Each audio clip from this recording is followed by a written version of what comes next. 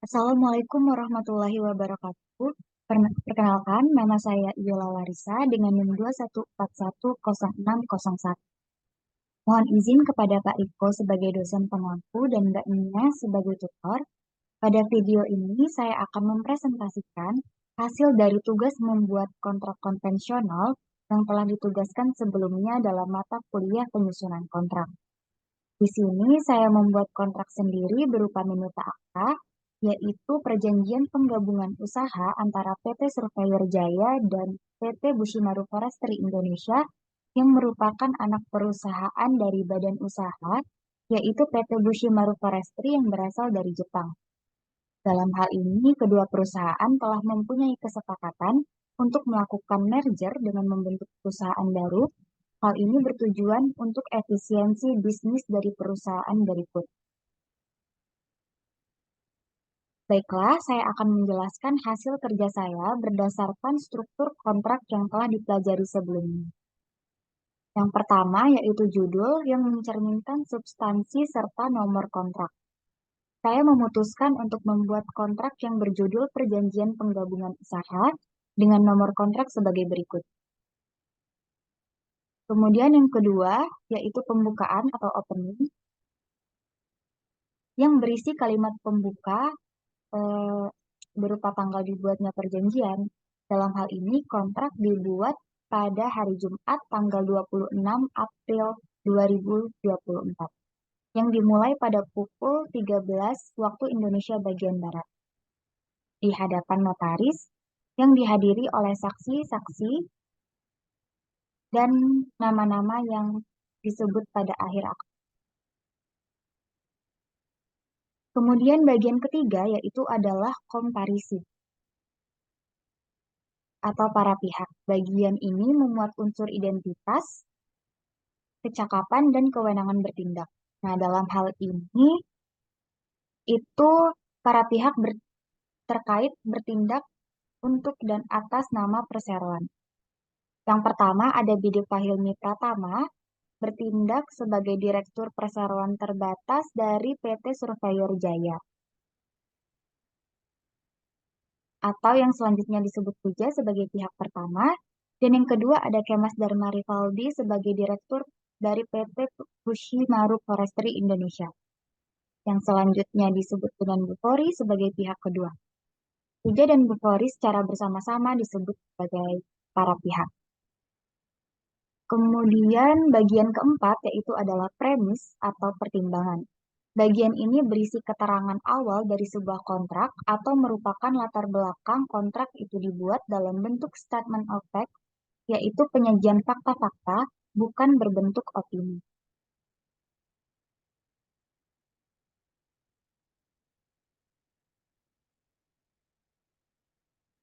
Sebagaimana rancangan penggabungan yang telah disetujui oleh masing-masing dewan komisaris dari kedua belah perusahaan, baik Suja maupun Bufori yang termaktub dalam keputusan sirkuler dewan komisaris.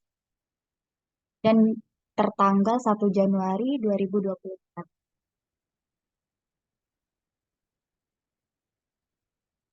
Kemudian berisi tindakan yang telah dilakukan oleh kedua perusahaan, di mana memuat surat kabar harian dalam dua bahasa, yaitu bahasa Indonesia melalui Bisnis Indonesia dan surat kabar harian berbahasa Inggris, yaitu melalui Yogyakarta Post pada tanggal 2 Januari 2024.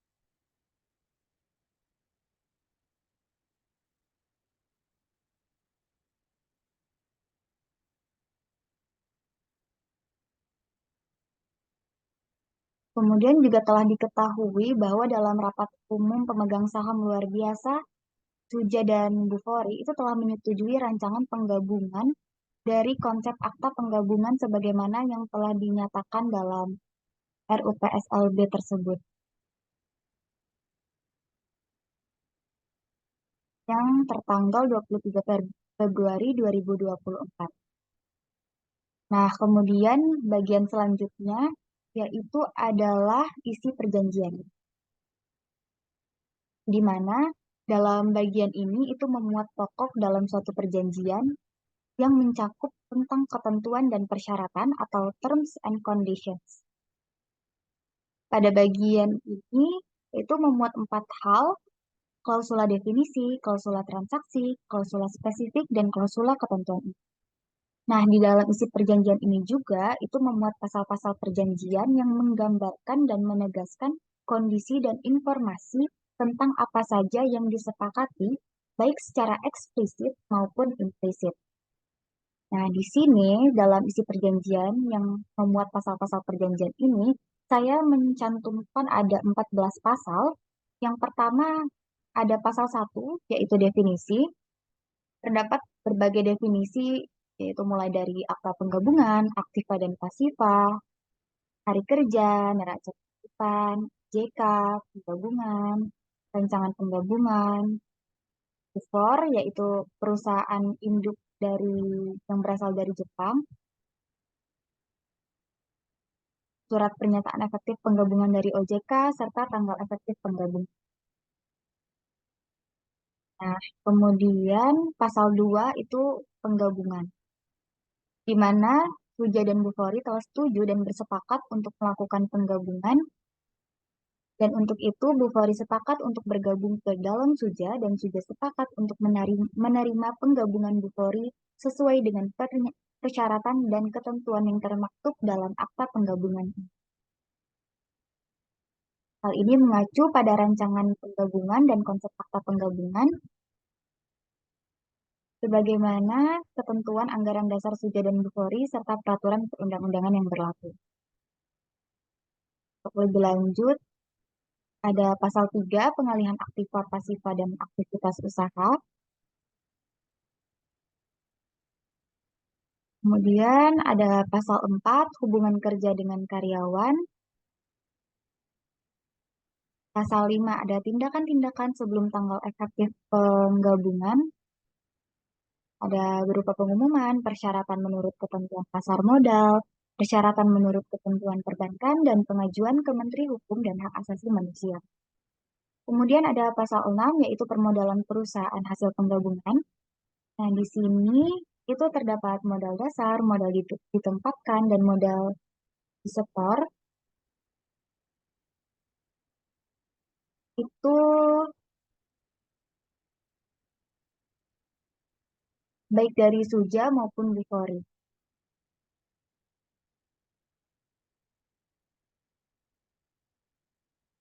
Nah, kemudian hasil penggabungan itu tertera di poin nomor 2.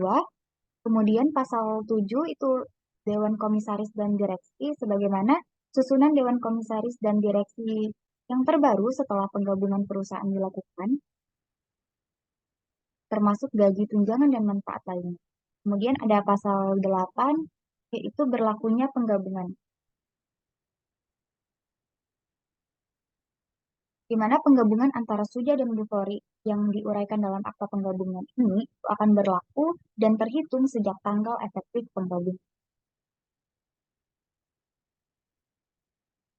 Nah, kemudian ada pasal 4, ini pelaksanaan penggabungan. Pasal 10, pernyataan dan jaminan Suja. Pasal 11, pernyataan dan jaminan Bufori.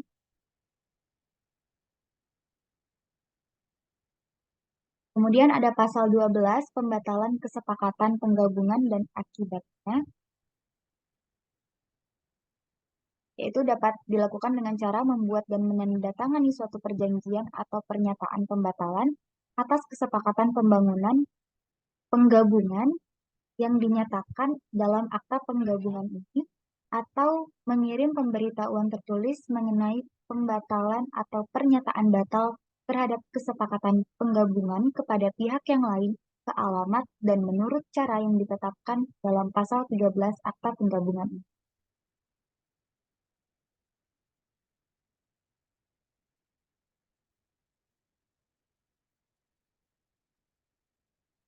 Ini hal-hal yang wajib untuk dilakukan apabila kesepakatan penggabungan dibatalkan atau dinyatakan batal.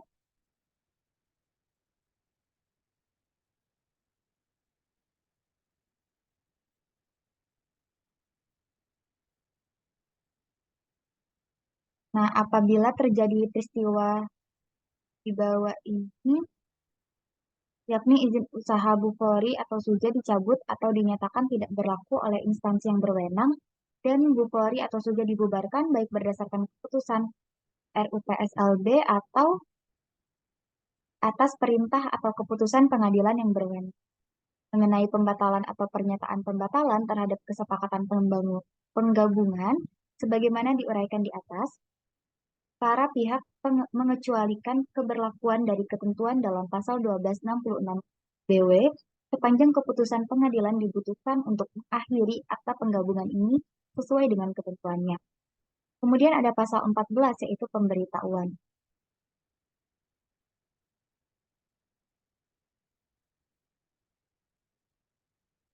Ya, pemberitahuan yang perlu disampaikan sehubungan dengan akta penggabungan ini dari pihak yang satu kepada pihak yang lain itu harus dilakukan secara tertulis dan dialamatkan secara langsung.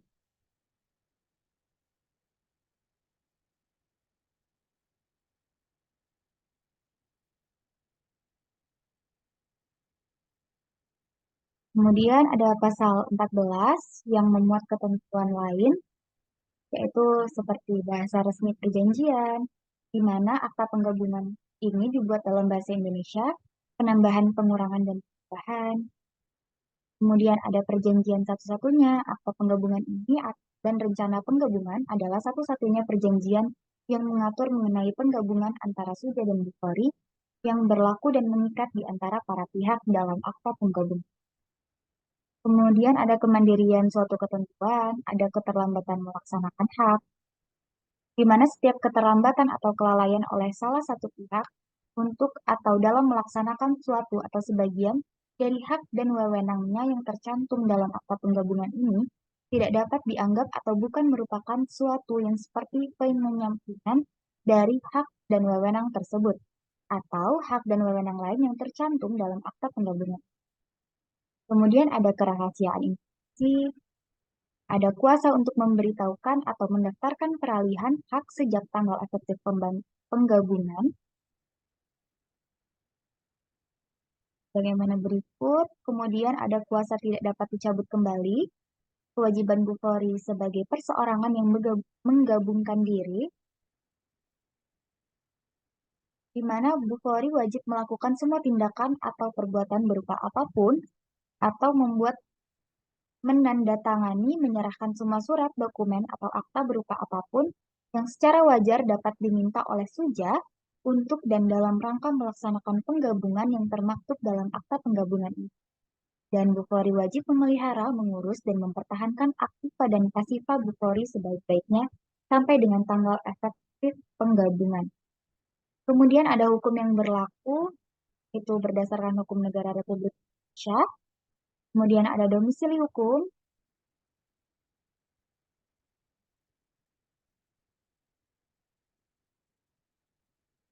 kemudian ada rancangan penggabungan, ada biaya dan ongkos penggabungan yang berupa biaya dan honorarium para profesional yang memberikan jasanya dalam rangka penggabungan ini, termasuk biaya penasihat hukum dan konsultan keuangan, biaya dan honorarium notaris untuk mempersiapkan dan membuat akta penggabungan, risalah rapat, surat atau dokumen yang mengenai atau yang berhubungan dengan penggabungan ini, biaya dan ongkos pengumuman atau iklan dan percetakan, biaya dan ongkos pendaftaran yang wajib dilakukan, dan biaya dan ongkos untuk transportasi, komunikasi, serta penggandaan data. Itu menjadi tanggung jawab dan beban Suja dan Bu Polri sesuai dengan kesepakatan mereka. Nah, yang terakhir itu adalah bagian penutup atau closure. Selain berisi kalimat penutup, bagaimana berikut, demikian perjanjian ini dibuat sebagai minuta dalam dua rangkap bermaterai cukup, satu rangkap untuk pihak pertama juga, dan satu rangkap lagi untuk pihak kedua Bu Polri, yang masing-masing memiliki kekuatan hukum yang sama serta ditandatangani oleh kedua belah pihak dan disaksikan oleh dua orang saksi. Nah, itu berisi para pihak, tanda tangan para pihak, dan tanda tangan saksi sebagaimana pasal 1866 BW kehadiran saksi itu diperlukan secara hukum dalam suatu perjanjian atau kontrak sebagai alat bukti. Nah, baiklah, sekian presentasi dari hasil kerja saya dalam membuat kontrak konvensional. Maaf sebelumnya atas segala salah dan hilaf dalam hasil kerja saya maupun saya sendiri. Atas perhatiannya saya ucapkan terima kasih. Assalamualaikum warahmatullahi wabarakatuh.